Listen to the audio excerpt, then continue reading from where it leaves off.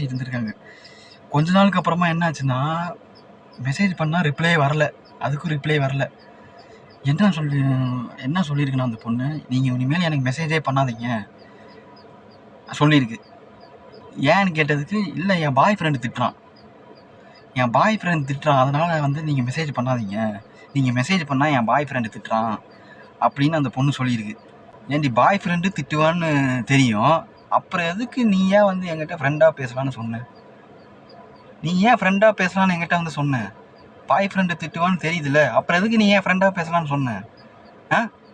Love பண்ணி ஏமாத்துனா சரி, ஃப்ரெண்டாக பேசியுமா ஏமாத்துற? ஃப்ரெண்டாக பேசலான்னு சொல்லி ஏமாத்துற.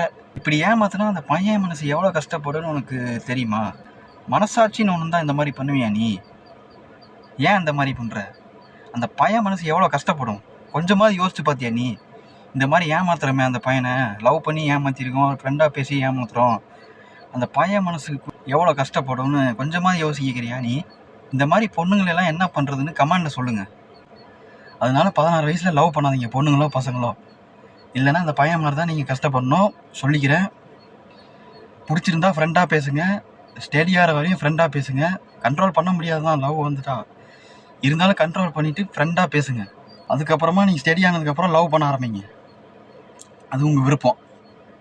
அதனால் அந்த பையன் மாதிரி கஷ்டப்படக்கூடாதுன்னா நீங்கள் வந்து 16 வயசில் லவ் பண்ணக்கூடாது, டீனேஜில் லவ் பண்ணக்கூடாது. டீனேஜில் லவ் வந்து பெர்மனெண்ட் கிடையாது, ஸ்டெடியாக இருக்காது.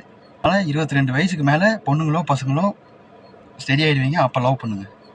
தேங்க்யூ.